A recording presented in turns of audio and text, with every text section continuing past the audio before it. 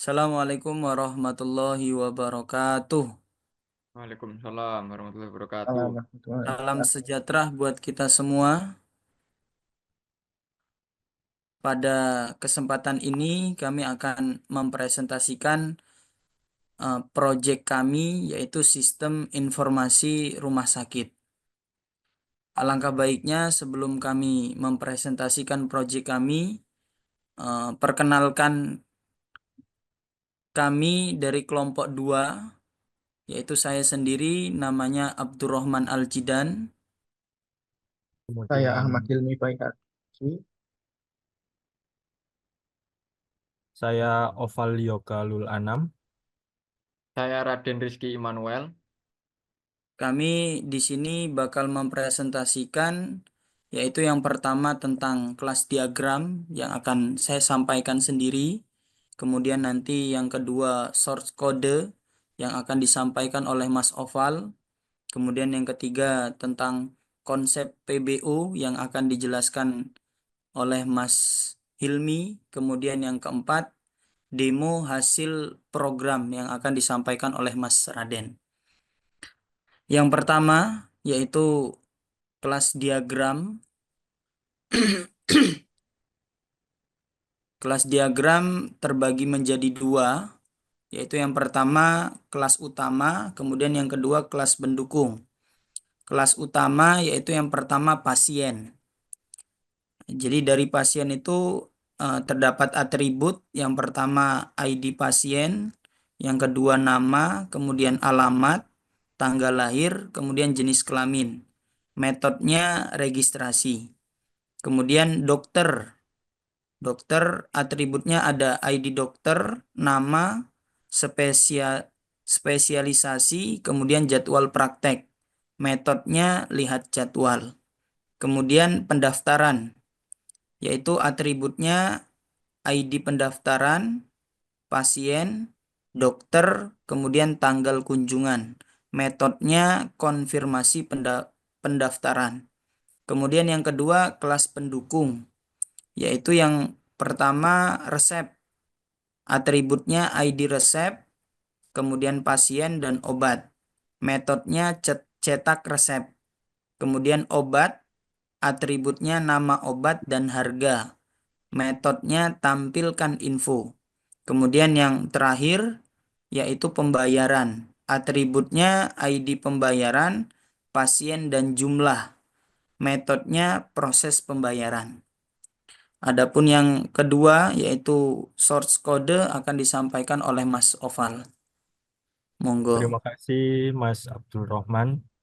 Melanjutkan dari Mas Abdul Rohman perihal source code hasil implementasi yang telah dibuat mempresentasikan sistem informasi rumah sakit sederhana dengan beberapa kelas utama, yaitu kelas yang pertama adalah kelas pasien. Di kelas pasien untuk menyimpan data dan menyediakan metode untuk registrasi. Kemudian yang kedua adalah dokter untuk menyimpan informasi dokter dan metode untuk melihat jadwal praktek. Kemudian yang ketiga ada pendaftaran. Di pendaftaran untuk menghubungkan pasien dan dokter dalam suatu jadwal kunjungan, serta memiliki metode untuk konfirmasi pendaftaran. Kemudian yang terakhir ada main. Di main merupakan titik suatu entry point dari program, di mana objek dibuat dan metode dijalankan. Program ini menerapkan konsep enkapsulasi dengan penggunaan atribut private serta asosiasi dalam relasi antar kelas. Ketika program dijalankan, langkah-langkahnya adalah membuat objek pasien dan dokter, kemudian menjalankan metode registrasi pasien dan melihat jadwal dokter. Kemudian yang terakhir adalah melakukan pendaftaran serta kunjungan antara pasien dan dokter. Outputnya akan menampilkan status registrasi, jadwal dokter, dan konfirmasi pendaftaran pasien ke dokter sesuai jadwal. Untuk penjelasan konsep PBO-nya bisa dijelaskan oleh Mas Ahmad Hilmi Bayaki.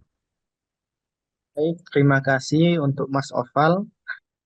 Selanjutnya, saya akan menjelaskan tentang penjelasan konsep PPO, yaitu yang pertama deklarasi kelas.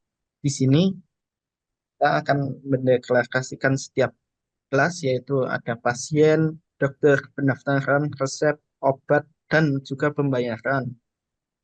Kemudian untuk atribut, setiap kelas memiliki atributnya masing-masing seperti IN, INT, string, dan juga double. Kemudian untuk metode. Metode digunakan untuk mengoperasikan data dalam kelas. Misalnya registrasi di pendaftaran, kemudian ada konfirmasi untuk di dokter, dan juga lihat jadwal. Kemudian untuk enkapsulasi, semua atribut dibuat private untuk menjaga keamanan data. Kemudian konstruktor, setiap kelas memiliki konstruktor untuk menginisialisasi objek dengan nilai awal. Dan juga relasi antar kelas yang ada asosiasi dan juga inheritance. Asosiasi misalnya pasien memiliki hubungan dengan dokter melalui pendaftaran. Kemudian inheritance dapat digunakan untuk membagi fungsi dasar ke kelas lain. Dan untuk outputnya akan dijelaskan oleh teman saya, Mas Raden. Terima kasih Mas Ahmad Hilmi Bayhaqi. Saya Raden Rizky Manuel akan menjelaskan eh, eksekusi output dari program yang telah kita buat. Seperti inputan pasien, kita akan menginput nama pasien seperti Budi Santoso dengan alamat Jakarta, tanggal lahir, beserta jenis kelamin. Lalu menuju ke objek dokter dengan inputan dokter, dengan ID dokter, nama dokter, spesialisasi, dan jadwal praktek. Baik, dari objek pendaftaran, kita akan inputkan ID pendaftaran dari pasien dan dokter, juga tanggal kunjungan. Lalu kita ke objek resep, kita akan menginputkan ID resep untuk pasien beserta obatnya seperti paracetamol atau vitamin C. Lalu menuju ke objek obat, kita inputkan nama obat seperti paracetamol dengan harga 10.000. Selanjutnya kita ke objek pembayaran, kita inputkan pembayaran dan nama pasien dari codingan yang telah kita buat beserta harganya. Setelah itu kita running program tersebut.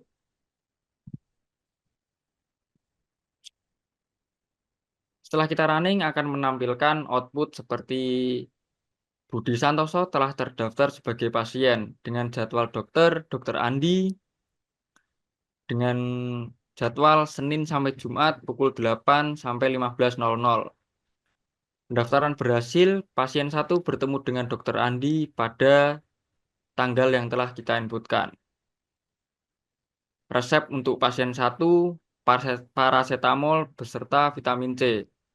Lalu untuk obatnya, paracetamol dengan harga 10.000. Pembayaran pasien 1 sebesar 50.000 telah diproses.